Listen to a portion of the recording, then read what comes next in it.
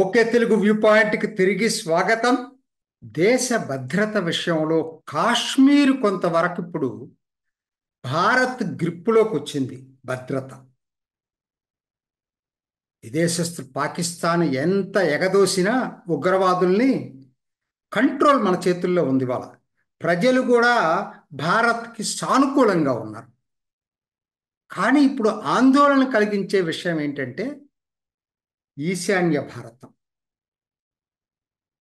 ఆశ్చర్యకరంగా మణిపూర్ అల్లర్లు కోర్స్ మొదటి నుంచి కూడా దీని మీద సందేహాలు ఉన్నాయి అందరికీ.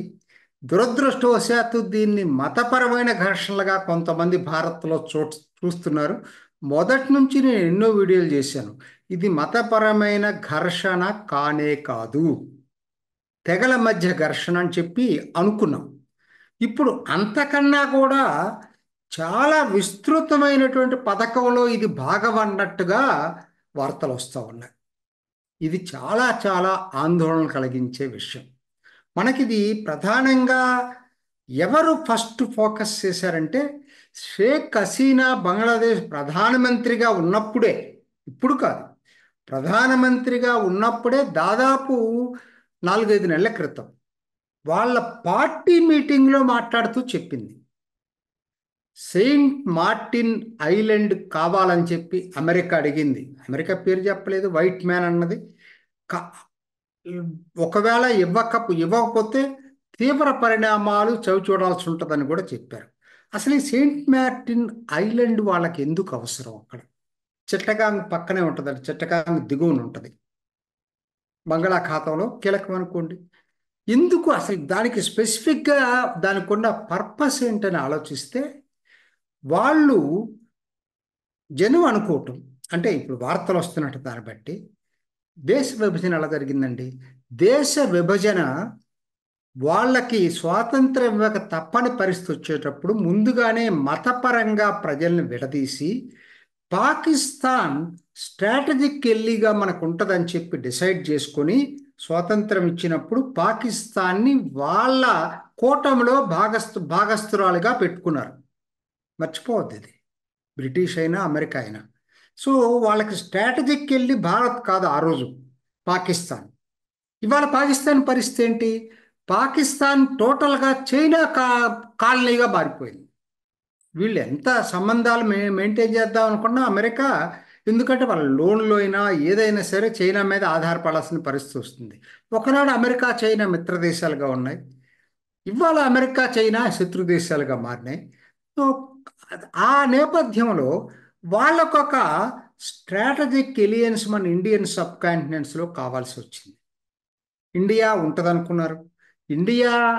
ఇండియాని కాన్వర్ట్ పరిస్థితుల్లో మిత్రదేశంగా ఉంచుకోవాలి అమెరికా, ఎందుకంటే వాళ్ళకి వేరే ఆల్టర్నేట్ లేదు. స్ట్రాటజిక్గా ఇండియా వాళ్ళ వైపు ఉండాలి. అయితే ఇండియా అమెరికా పప్పెట్టుగా ఉండటానికి ఇష్టపడలేదు, స్వతంత్ర విదేశాంగ విధానాన్ని తీసుకుంది. అటు రష్యాతోటి సంప్రదింపులు జరుగుతుంది, ఇటు అమెరికాతోటి సంప్రదింపులు జరుగుతుంది. ఇద్దరితోటి సఖ్యతగా మెయింటైన్ చేస్తూ ఉంటుంది. అది అమెరికాకు గిట్టట్లేదు, వాళ్ళ పప్పెట్గా ఉండాలని కోరుకుంటున్నారు. సో ఆ నేపథ్యంలో వాళ్ళకి ఒక కీలకమైన దేశాన్ని ఎందుకు మనమే తయారు చేసుకోకూడదు అనేటువంటిది ఒక కుట్రపూరిత పథకం ఉందనేది షేక్ హసీనా చెప్పింది. అది ఎక్కడ జాగ్రత్తగా మీరు మ్యాప్ చూసేటట్టయితే మీరు చూడండి, మనకి ఆ చిట్టగాంగు సెయింట్ మార్టిన్ ఐలాండ్కి దగ్గరగా ఆ చిట్టగాంగు పర్వత ప్రాంతాల్లో హిల్ ట్రాక్స్ అంటారు. చిట్టగాంగ్ హిల్ ట్రాక్స్ ఒరిజినల్గా అది భారత్కి రావాల్సింది.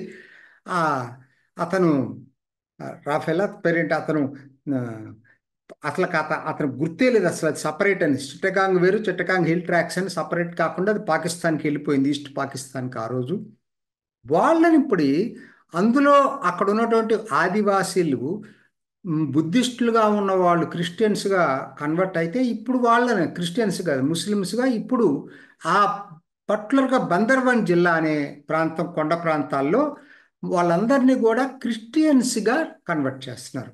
వాళ్ళు కూడా కుకీ చిన్ జాతికి చెందిన వాళ్ళు. మర్చిపోవద్దు, ఇది చాలా ఇంపార్టెంట్, గుర్తుపెట్టుకోండి. కుకీ చిన్ జాతికి చెందిన వాళ్ళు. ఏది ఆ బందర్బన్లో ఉన్నటువంటి దాదాపు ఒక 70,000, అంటే ఆ కొండ ప్రాంత పర్వత ప్రాంత స్కాటర్డ్గా ఉంటుంది, పాపులేషన్ ఉండదు. వాళ్ళందరినీ కూడా, ఈ కుకీలందరినీ కూడా వాళ్ళు అక్కడ కుకీ నేషనల్ ఫ్రంట్ పేరుతోటి సాయుధ పోరాటమే చేస్తున్నారు బంగ్లాదేశ్ ప్రభుత్వం మీద. అది షేక్ హసీనాకి వచ్చినటువంటి ఆ ఆ ఇంటెలిజెన్స్ గ్యాదరింగ్ అక్కడి నుంచి తీసుకుంది ఆవిడ ప్రధాని. రెండోది, అమెరికా ప్రతినిధి వచ్చి సెయింట్ మార్టిన్ అడగటం, ఈ రెండింటిని కొరిలేట్ చేసుకుంది ఆవిడ. సరే, మన వైపు వచ్చేసరికి మనకి మిజోరాం ఉంది. జాగ్రత్తగా వినండి, మిజోరాం ఉంది. మిజోలు స్వతంత్ర వాళ్ళు, మిజోలన్నా, కుకీలన్నా, చిల్లన్నా, జో అన్నా, వీళ్ళందరూ ఒకటేనండి. ఒకటే జాతి, ఒకటే మతం. కామనాలిటీస్ రెండు, జాతి మతం రెండు ఏదో ఒకటైతే వేరు, కానీ రెండు కూడా ఒకటే. అది కూడా అందుట్లో క్రిస్టియానిటీలో కూడా వీళ్ళందరూ ప్రొటెస్టెంట్స్ అండ్ ఎవాంజలికల్స్ వీళ్ళు. సో వీళ్ళు ఈ రెండు కామనాలిటీ మిజోరాంలో ఉన్నటువంటి బందర్బన్ జిల్లా, అట్లానే మిజోరాంలో ఉన్నటువంటి మిజోలు, మణిపూర్లో ఉన్నటువంటి కుకీలు, ఇంకా బంగ్లాదేశ్ చెప్పాను, మయన్మార్ చాలా ఇంపార్టెంట్. మన మిజోరాంని ఆనుకోనున్నటువంటి చిన్ రాష్ట్రం, తీవ్ర అంతర్యుద్ధం జరుగుతుంది ఇప్పుడు అక్కడ. ఆల్మోస్ట్ కొన్ని ప్రాంతాలు వీళ్ళ చేతిలోకి వచ్చినాయి, ఈ చిన్ నేషనల్ ఆర్మీ చేతిలోకి వచ్చినాయి. సో వీళ్ళందరూ కూడా కలిసి ఒక విశాలమైనటువంటి జో దేశంగా ఏర్పడాలనేది. జోగం అంటారు, జో హోమ్లాండ్. కుకీ ల్యాండ్ అంటాం మనం, వాళ్ళు జో హోమ్లాండ్ అంటారు, రకరకాల పేర్లతో పిలుస్తారు. మొత్తం మీద అల్టిమేట్గా ఏంటంటే ఈ జోగం అనేటువంటిది మయన్మార్, బంగ్లాదేశ్, ఇండియా మూడింటిని కలిపి దీనికి ఉన్న కామనాలిటీ ఏంటంటే ఈ కుకీ, మిజో, జో, చిన్ ఒకటే పేర్లు, నామాలు వేరు, ఒకే జాతికి సంబంధించిన వాళ్ళు, ఒకే మతస్థులు. అమెరికా ఏమనుకుంటుందంటే ఇదే గనక మనం కనుక చేసేటట్టయితే మనకు ఒక స్ట్రాటజిక్ వెళ్ళి దొరుకుతుంది. వాళ్ళు ఏంటంటే వాళ్ళ దేశ ఇంట్రెస్ట్లు, వాళ్ళకేంటంటే మనం ఏం చెప్తే అది దేశం కావాలా.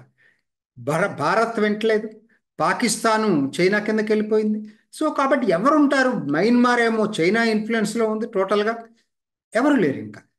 అందుకని చెప్పి వాళ్ళు ఈ ఈ ఈ పథకాన్ని వేశారు అనేది అందరూ రాజకీయ పండితులు చెప్పేది. దానికి షేక్ హసీనా చెప్పింది ఒకటి మనకి కొరిలేట్ అవుతుంది. ఎందుకంటే పాకిస్తాన్ ఎట్లా ఏర్పడింది, వాళ్ళ కోసమే ఏర్పాటు చేసిన తర్వాత ఎన్నో డాక్యుమెంట్స్ దొరికినాయి కదా.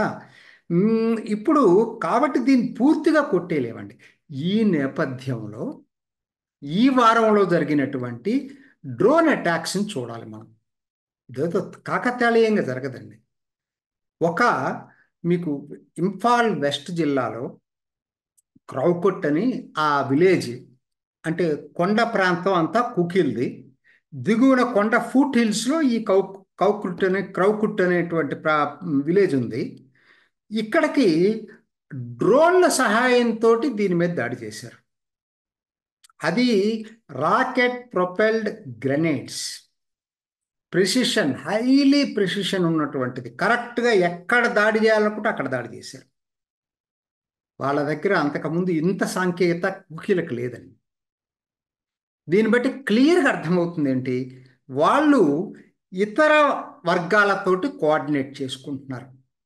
ఎవరు వీళ్ళకి డ్రోన్లు అందించారు, ఈ సాంకేతికతను ఎవరు తీసుకొచ్చారు, ఇవన్నీ కూడా మనం స్టడీ చేయకుండా ఇదేదో రెండు మతాల మధ్య తగాదా, నేను అందరూ చెప్పిన తెగల మధ్య కూడా తగాదు కాదు. ఇవాళ అంతర్జాతీయ పథకంలో ఒక భాగంగా ఇది అనిపిస్తూ ఉంది.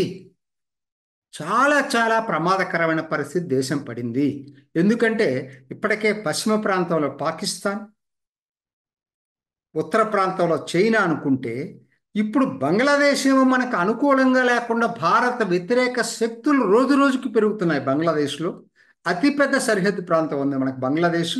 దాంతోపాటు ఇప్పుడు మయన్మార్ సరిహద్దు ప్రాంతం, అసలు ఆ దురదృష్టం ఏంటంటే అధికారంలో ఉన్నటువంటి మిజోరాం ప్రభుత్వం ఏదైతే ఉందో జోరామ్ పీపుల్స్ మూవ్మెంట్ అనే పార్టీ ఆధ్వర్యంలో ఇవాళ ప్రభుత్వం ఉంది. అదరికి ఎంఎన్ఎఫ్ ఉంది. ఇన్నాళ్ళు సాయుధ పోరాటం జరిపింది MNF, Mizo national front. So ఇవాళ విశేషం తెలుసండి మీకు, మిజోరాంలో ఈ జోరామ్ రీయూనిఫికేషన్ ఆర్గనైజేషన్ అని జెడ్ఆర్ఓ ఉందని చెప్పాను కదా, దానికి మద్దతుగా ఓపెన్గా మిజోరాంలో ఉన్న అన్ని పార్టీలు మద్దతు ఇస్తున్నాయి.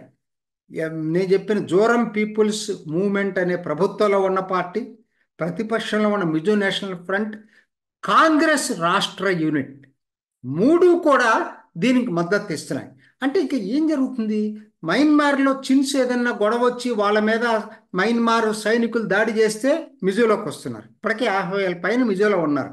మిజోరాం క్లియర్గా చెప్పింది భారత్ తోటి, బోర్డర్లు క్లోజ్ చేయం, మీరు క్లోజ్ చేయడానికి లేదని చెప్పింది. ఎందుకని, వాళ్ళు మా సోదరులు చిన్ అండ్ మిజో ఒకటే, అంతా జో కిందకే వస్తారు వీళ్ళందరూ కూడా.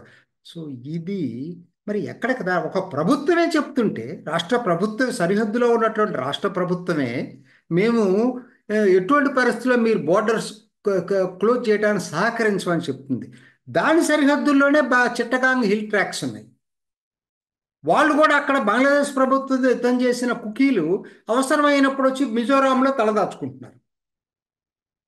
చాలా చాలా ప్రమాదకరమైన పరిస్థితి. ఇటు మణిపూర్లో కుకీస్ ఇవాళ వాళ్ళు కూడా ఏమంటున్నారు, మాకు ఆ మణిపాల్ ఇంపాల్ కాకుండా మిగతా ఏరియా అంతా కూడా మా హిల్ ప్రాంతం అంతా సపరేట్ రాష్ట్రం చేయమంటున్నారు. తెలివిగా ఏమంటున్నారు, దాంట్లో కలపమని ఇప్పుడు మణిపూర్ వాళ్ళు అంటలా, సపరేట్ చేయమంటున్నారు.